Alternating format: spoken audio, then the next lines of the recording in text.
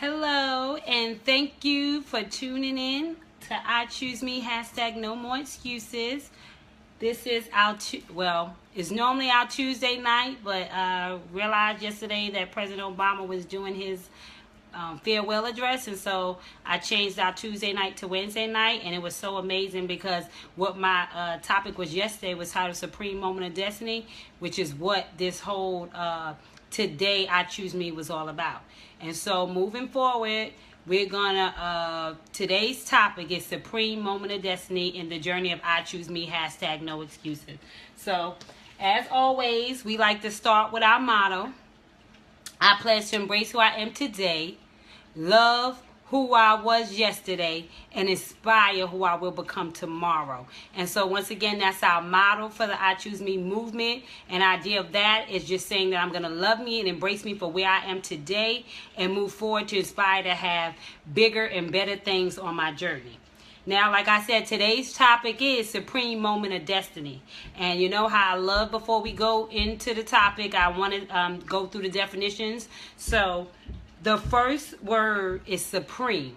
Definition for supreme is of authority or an office or someone holding it superior to all others.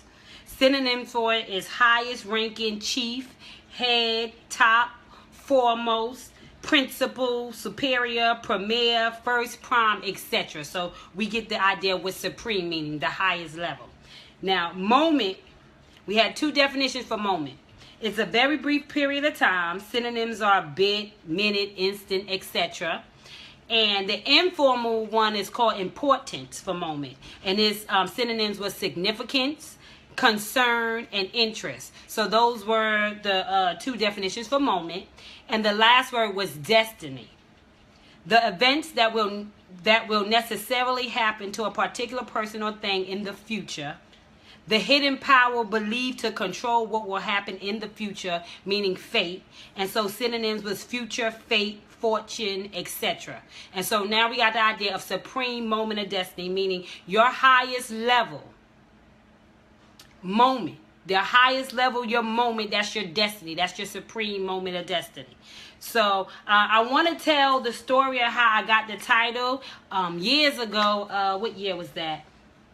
In between the time of May of 07 and January of 08, I was watching, anybody that knows me know I'm an Oprah fan. So I was watching Oprah, and during the episode, she had a speaker on there. I think it was a guy. I can't even remember. It's been so many years ago.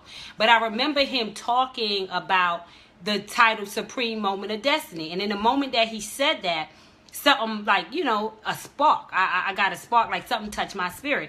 And so I do poetry. And so I was like, wow, I like that. I think I want to write a poem about that. So I opened up my book, and that's how come I know the date that I wrote this title, Supreme Moment of Destiny.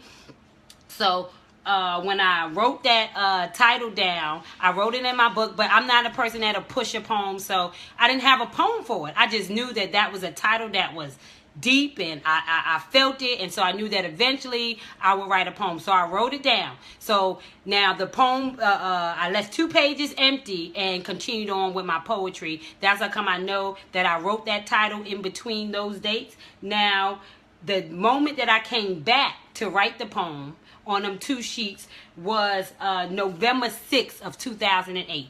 That's the moment when the poem came. So the title came first, and over about a year later the poem came, and we're going to go back to that at the end of the story. I'm going to bring a full circle moment for Supreme Moment of Destiny. So before we go into the ending of the story, I'm going to take you on a little journey on what Supreme Moment of Destiny means to the I Choose Me movement.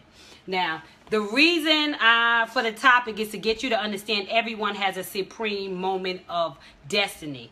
Everybody was born with a specific assignment. And so whatever you got going on, whatever your journey is, our idealistic, what we need to understand is that we each have that supreme moment of destiny. There is a moment where we will reach our highest peak. There's a moment where we will find out what all the pain or what the journey was all about. And I believe that's what the supreme moment of destiny is. I said it's the moment you find your true self and learn your purpose and walk in your gift.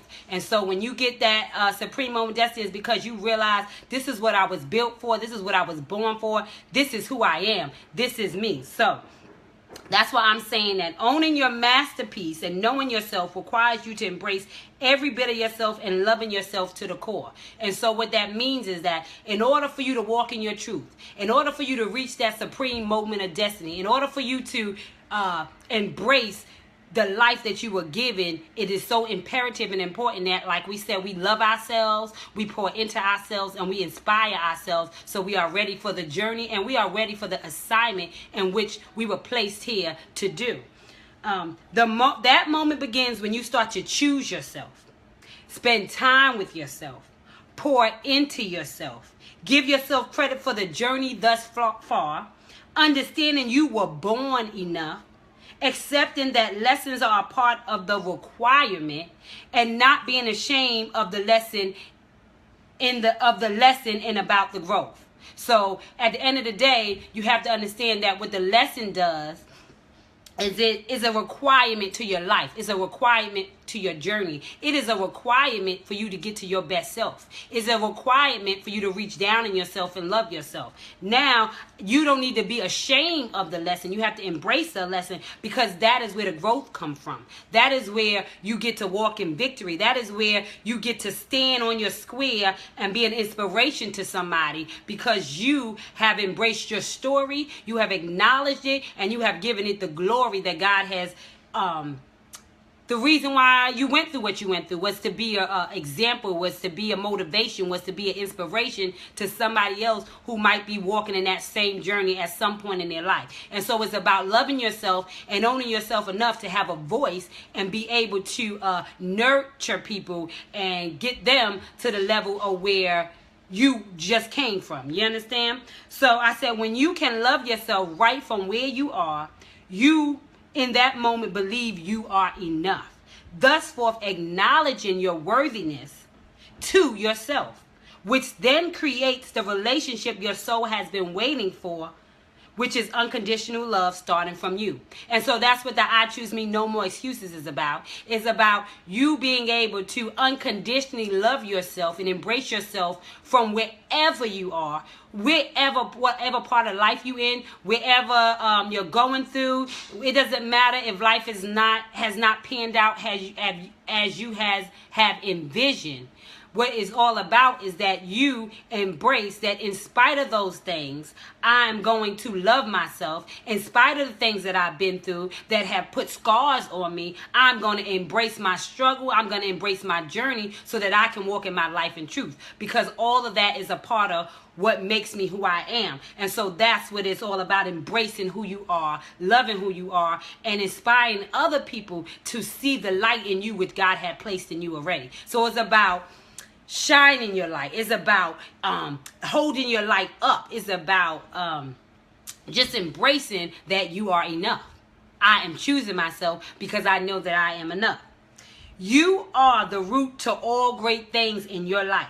You have to keep your roots strong and healthy. It takes love to do that, because love grows everything. And you know, this is what I say from week to week. This is my new saying for 2017. Love grows everything. And so if you want to grow, if you want to take yourself on levels that you've only dreamed of, it is going to require you to pour into yourself and love yourself eternally on a level in which maybe you haven't before, or maybe you forgot because you get consumed by life.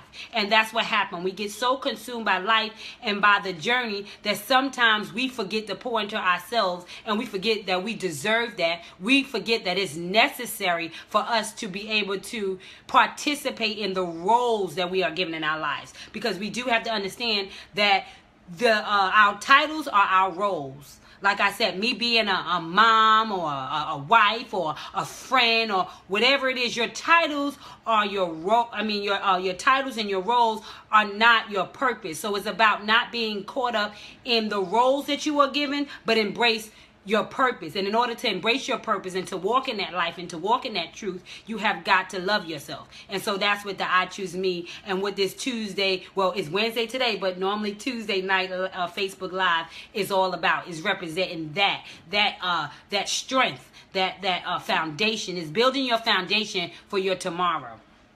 Loving yourself deeply and daily prepares you to walk in your supreme moment of destiny. Because like I said, in order for you to live out your purpose, in order for you to walk in your truth, in order for you to move in the way in which you want to move, you have got to love yourself from where you are. You have got to embrace and acknowledge that you are enough. Yes, you have to embrace your purpose. And in order to embrace your purpose, Elaine said that, and you are so right. In order to embrace your purpose, it requires you to know who you are. And that's what the I Choose Me is all about. It is about getting in contact and just getting back in a relationship with yourself. Is that quality time that we long to have. It's about incorporating that into your everyday life, aside of all your roles and all your journey, all the things that you are required to do. And yes, you definitely, I choose me. It's important that you choose yourself daily, because if you don't choose you, who will? You are the representative for yourself. You are the representative in your life. And so it's important that you choose yourself and embrace yourself and walk in that light and walk in that love daily. Which brings me back to my closing point. That poem that went with the title Supreme Moment of Destiny, which I said I wrote the title sometime between 5/22/07 and 1/15/08. And it came to a full circle moment on November 6, 2008, and it was for our President Barack Obama. So what was so amazing about that was that before I even had the poem, before I knew who the poem was about, I received that title and I wrote it down and I was obedient to that. I said, but after watching South Side with you, I realized that in order for him to have created that supreme moment of destiny, in order for President Obama to be who he became, in order for him to be the first black president, in order for him to walk in a light that had never been seen, he had to know who he was. And watching the South Side after watching the South Side with you, I realized that what he did was he had to embrace his whole story. He had to embrace the pains. He had to embrace the failures. He had to embrace everything that made him him, because that was all that he was created to be. All of that pain, all of that journey, his story is what made him capable and able to walk in that supreme moment in destiny. And so what I want you to understand, that in order for you to walk in that truth, in order for you to walk in that life, in order for you to reach your supreme moment of destiny, you have got to embrace your story. You have got to embrace your struggle, and you have got to understand that you were born with a purpose. And in order for you to fulfill that, it takes you loving yourself. It takes you getting to know yourself so that you can tap into the gift which was provided inside of you. We each have something special. Nobody is a duplicate. Everybody has an original gift. Everybody has an original masterpiece to bring to this world, to bring to life. And in order for you to bring your peace and to walk in your truth and to walk in your light, it requires you to know who you are, whose you are. It requires you to love who you are. It requires you to accept your journey, accept your truth, and know that you were born enough and that you came worthy. And so in order for you to understand that, it starts with you, like I said, nurturing the spirit of yourself. And I don't care if you're in a car and you say, oh, I don't have time. Don't turn on the radio. You don't have time for the radio. What you need to do is talk to yourself. Talk to that special person inside. Yes, tell yourself, like Nakia said, I am unique and special. I was built with something that nobody else has. I'm an individual. And I said the biggest key to loving yourself and empowering other women and other people around you is about not being jealous. And in order to have to remove jealousy from you, in order to be able to support one another, you have got to know who you are. You have got to understand that nobody's going to be you better than you. And so there is no reason to try to compete with anyone else, because What they have to offer is different than what you have to offer. And your light is different from theirs. And so it's about embracing your light so that you can shine your light in the places that we are waiting, the places that you are needed. And so it's time for you to show up. And like Giadora said, I accept my truth. That's right. It's important for you to accept your truth, to accept who you are, to accept where you've been, and tell it. I mean, embrace it, love it. And yes, and always understand that you are enough. You were born worthy. I can't stress enough that who you were born to be was great. Great in your own right. What you have to offer is great in your own right. And it's up to you to embrace that and give that everywhere you go. Like I said, love grows everything. And so you got to start by pouring love into yourself so that you can grow yourself on a level to be able to form leaves, to be able to love everyone around you because you walked in like that and you woke up like that. Everyone has a supreme moment of destiny on different levels.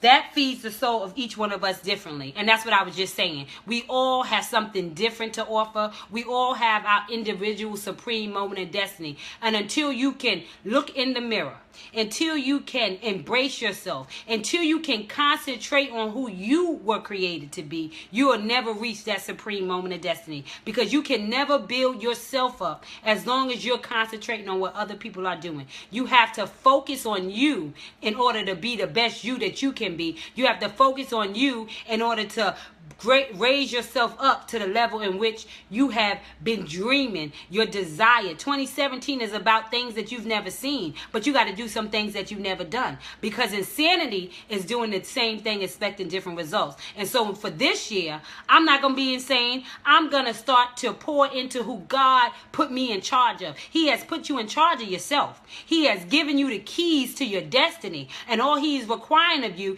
is to spend quality time with yourself and to love yourself. He said, because I'm in you, I dwell in you. And so for you to say you love God, you have got to love who I created you to be, because you are a piece of me. You are a representation of me. And so in order for you to give him the best kind of reverence in your life, is about accepting and embracing your life and loving yourself, because you are enough. I said embracing yourself and loving yourself and choosing yourself is what it will take to find your supreme moment of destiny, which I just went over.